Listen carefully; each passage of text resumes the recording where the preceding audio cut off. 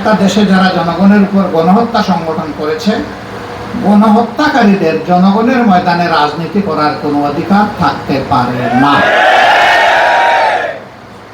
রাজনীতি করবে তারা যারা মানুষের কল্যাণে নিবেদিত হবে, দেশ এবং রাষ্ট্রকে, জনগণকে যারা ন্যায়, ইনসাফ, শান্তি এবং সমৃদ্ধি উপহার দেবে। রাজনীতি করার অধিকার কেবল তাদের থাকবে, অন্য কারণে।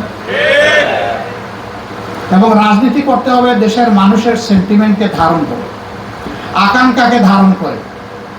বাইরের কারো তুষ্টির জন্য দেশের রাজনীতি আর চলবে না। এবারকার এই আন্দোলন ছিল ইন্ডিজিনাস। দেশের মানুষই বুকের রক্ত দিয়ে আন্দোলনকে সফল করেছে। বাইরের কারো সাহায্যের আমাদের প্রয়োজন হয়নি। যেই জাতি এই দেশকে স্বৈরাচারের কলঙ্ক মুক্ত করেছে বুকের রক্ত দিয়ে, সেই জাতি এই দেশের স্বাধীনতার সার্বভৌমত্বের পাহারাদারি করতে হবে কারো সাহায্য ছাড়াই, ইনশাআল্লাহ।